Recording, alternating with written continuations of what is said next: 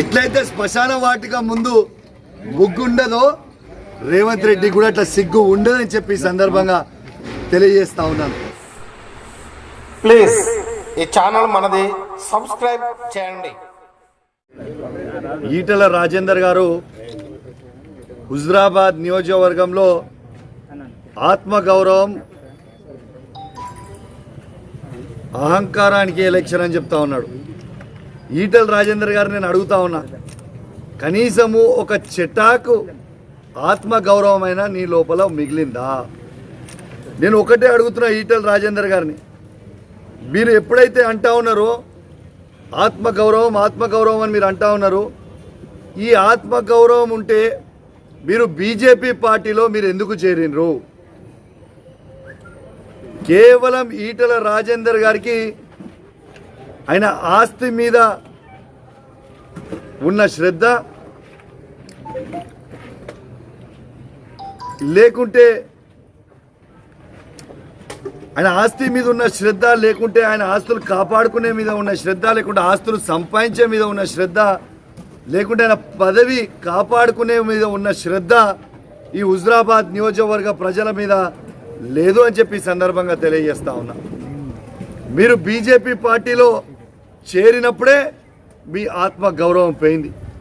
నేను బీసీ బిడ్డలంటావు, దళితుల భూములు గుంజుకుంటావు, ఇది ఎక్కడ ఆత్మగౌరవము? ఇదే ఎక్కడ ఆత్మగౌరవం అని చెప్పి నేను అడుగుతా ఉన్నా. ఇదేనా నీ ఆత్మగౌరవం అని అడుగుతా ఉన్నా. దళితుల భూములు గుంజుకోవడమే నీ ఆత్మగౌరవమా అని చెప్పి నేను అడుగుతా ఉన్నా. దాంతోపాటు ఈటల రాజేందర్ గారు ఎన్నడైతే టీఆర్ఎస్ పార్టీకి రాజీనామా చేసి కాంగ్రెస్ పార్టీ బీజేపీ పార్టీ ఇకే చిన్న చిత్క పార్టీల చుట్టూ తిరిగిండో, ఇళ్ల చుట్టూ తిరిగిండో, అదే రోజు నీ ఆత్మ గౌరవం పోయింది రాజేంద్ర అని చెప్పి చెప్తా ఉన్నా. నీ కోవట్ రాజకీయాలు మొత్తం ఎక్స్పోజ్ అయిపోయినాయి. నిన్న నువ్వు బీజేపీ పార్టీ క్యాండిడేట్ వా లేకుంటే వేరే పార్టీ క్యాండిడేట్ వా మాకు అర్థమైతలేదు. బీజేపీ పార్టీ క్యాండిడేట్ వా కాంగ్రెస్ పార్టీ క్యాండిడేట్ వా మాకు అర్థం కాని పరిస్థితిలో ఉంది హుజురాబాద్ నియోజకవర్గ ప్రజలకి. నువ్వు అసలు ఏ పార్టీ నుంచి నిలబడదలుచుకున్నావు, ఏం చేయదలుచుకున్నావు? నువ్వు ఓటు అడుగుతున్నావు, సంతోషం, చలో ఓటు అడుగుతున్నావు. ఈటల రాజేందర్ గారు మీరు చెప్పండి, బీజేపీ పార్టీకి ఎందుకు ఓటేయాలో ఈ హుజురాబాద్ నియోజకవర్గ ప్రజలు నువ్వు చెప్పు మాకు. నువ్వు చెప్తున్నావు కదా బీజేపీకి ఓటేయమని. ఇవాళ గ్యాస్ని 1000 రూపాయలు చేసినందుకు బీజేపీకి ఓటేయాలా? లేకుంటే పెట్రోల్ ధర 108 రూపాయలు చేసినందుకు ఓటేయాలా? డీజిల్ ధర 100 రూపాయలు చేసినందుకు ఓటేయాలా? ఒక్కసారి జవాబులు చెప్పిన తర్వాత ప్రజలకి నువ్వు ఓటు అడుగు. ఇలా నువ్వే ఒక 10-20 రోజుల క్రితము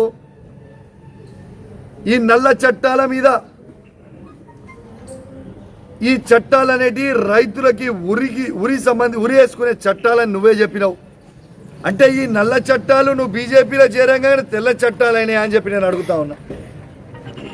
ఇవన్నిటికీ నువ్వు జవాబు చెప్పు ఈటల రాజేంద్ర. నువ్వు ఓటు అడిగే కంటే ముందు ఈ ప్రాంత ప్రజల్ని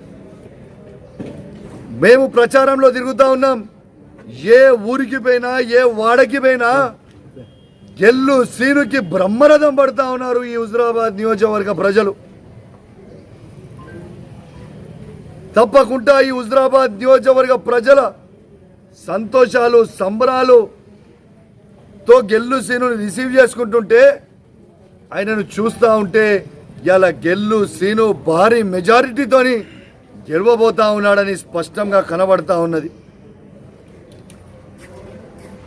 ఇలా కేవలం నాయకులని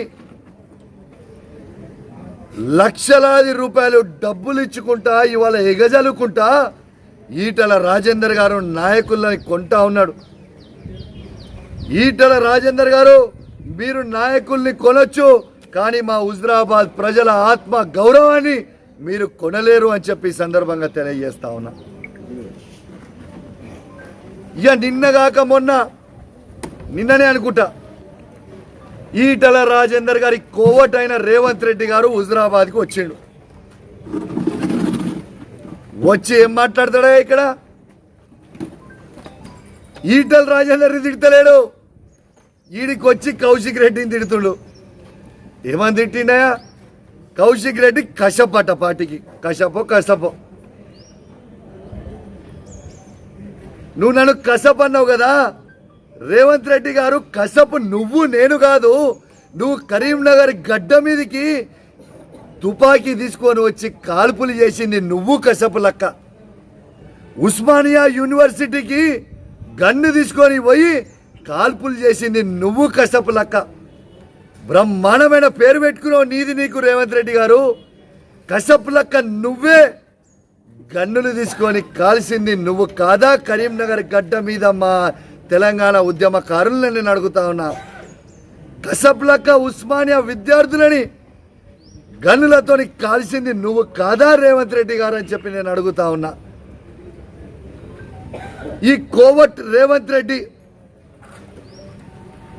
మాణిక్ ఠాకూర్ కి ఆ రోజు 50 కోట్ల రూపాయలు ఇచ్చి పిసిసి ప్రెసిడెంట్ తీసుకున్నావు.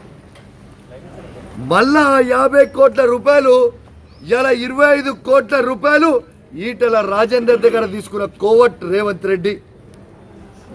ఇంకా 25 కోట్ల రూపాయలు నానక్రామ్ గూడ రామనాయుడు స్టూడియో పక్కన ఈటల రాజేందర్ గారు కొన్న 15 ఎకరాల భూమిలో దాన్ని సెటిల్మెంట్ చేస్తా అని చెప్పి మళ్ళా ఈటల రాజేందర్ దగ్గర 25 కోట్ల రూపాయలు తీసుకున్న కోవట్ రేవంత్ రెడ్డి. ఇది నిజమా కాదా రేవంత్ రెడ్డి చెప్పు. 50 కోట్ల రూపాయలు అటు మాణిక్ ఠాకూర్కి ఇచ్చుకున్నావు, మళ్ళీ 50 కోట్ల రూపాయలు ఇటు ఈటల రాజేందర్ దగ్గర నుంచి వసూలు చేసుకున్నావు. బహుశా ఈ దేశంలో ఎక్కడ లేని విధంగా రేవంత్ రెడ్డి కాంగ్రెస్ పార్టీ అధ్యక్షుడు ఉండుకుంటా బీజేపీ క్యాండిడేట్ అయిన ఈటల రాజేందర్ గెలుస్తాడని ఒక స్టేట్మెంట్ ఇచ్చిండు. బహుశా దేశ చరిత్రలో ఎక్కడ లేదు కాంగ్రెస్ బీజేపీ కలిసింది. కానీ వాళ్ళ కొత్త కోవట్ అయిన రేవంత్ రెడ్డి గారు కొత్త ఆచారం సృష్టించిండు. ఇది నిజం కాదా రేవంత్ రెడ్డి గారు? జవాబు చెప్పండి. ఇలా నా మీద అంటున్నావు. అరే నీకు మొగోను అయితే, నీకు దమ్ముంటే నువ్వు పెద్ద ఏకేస్తా పీకేస్తా ఈ రాష్ట్రానికి ముఖ్యమంత్రి అవుతా అని చెప్తున్నావు కదా. నువ్వు దమ్ముంటే ఇది మొదటి ఎగ్జాము. హుజురాబాద్ నియోజకవర్గంలో కాంగ్రెస్ పార్టీకి నీ నాయకత్వంలో డిపాజిట్ తీసుకురా ఛాలెంజ్ కడుతున్నా నేను. నువ్వు కాంగ్రెస్ పార్టీకి కాన్స్టిట్యూన్సీ డిపాజిట్ తీసుకురా, నేను రాజకీయ సన్యాసి తీసుకుంటా. లేకుంటే నువ్వు నీ పిసిసి ప్రెసిడెంట్ కి రాజీనామా చేయడానికి సిద్ధంగా ఉన్నావా రేవంత్ రెడ్డి గారు చెప్పండి.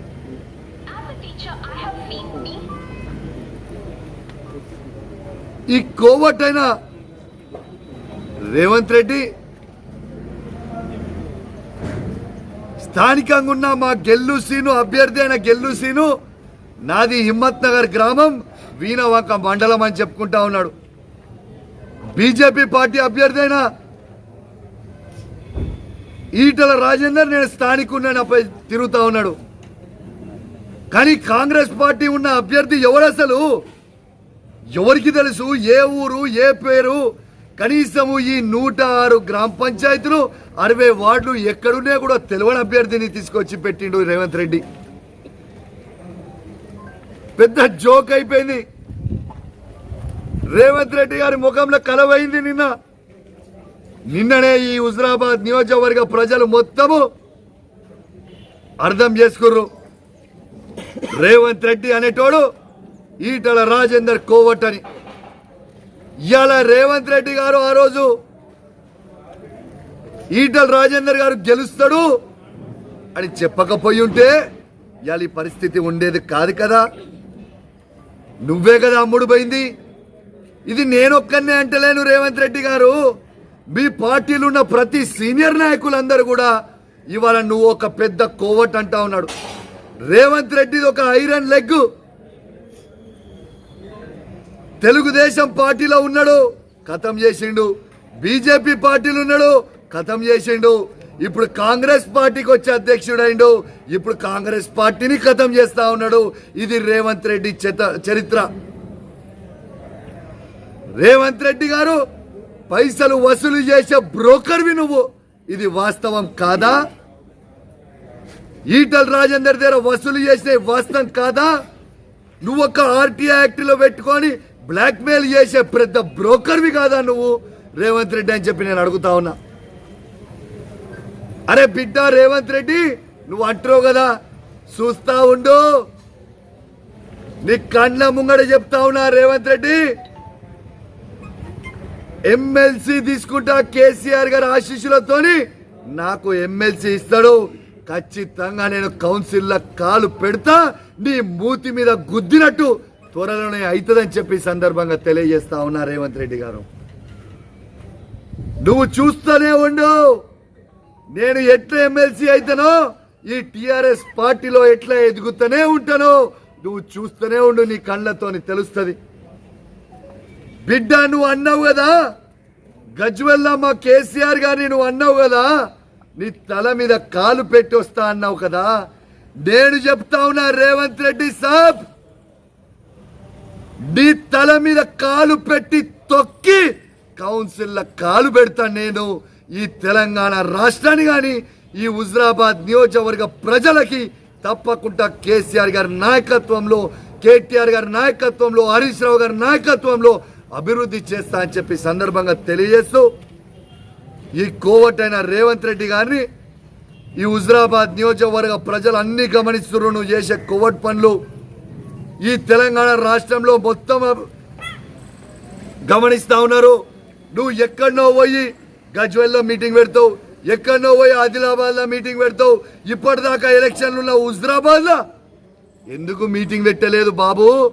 చెప్పు జవాబు ప్రజలకి అని కోరుకుంటూ, ఓటుకు నోటుకు ఒక దొంగ, రెడ్ హ్యాండెడ్ గా దొరికిపోయిన దొంగ ఇలా కాంగ్రెస్ పార్టీ అదృష్టం దురదృష్టం, అదృష్టమో దురదృష్టమో ఇలా రేవంత్ రెడ్డి పిసిసి ప్రెసిడెంట్ అవ్వడం. కాంగ్రెస్ పార్టీకి రేపు రేవంత్ రెడ్డి చేయబట్టి నేనే కాదు, ఈ తెలంగాణ రాష్ట్రంలో మొత్తము ఎవరు కూడా కాంగ్రెస్ పార్టీలో ఉండరు అని చెప్పి సందర్భంగా తెలియజేస్తా ఉన్నా. ఓటుకి నోటుకి దొరికిన దొంగ రేవంత్ రెడ్డి అని చెప్పి తెలియజేస్తూ సెలవు తీసుకుంటా ఉన్నాను. జై తెలంగాణ, జై కేసీఆర్.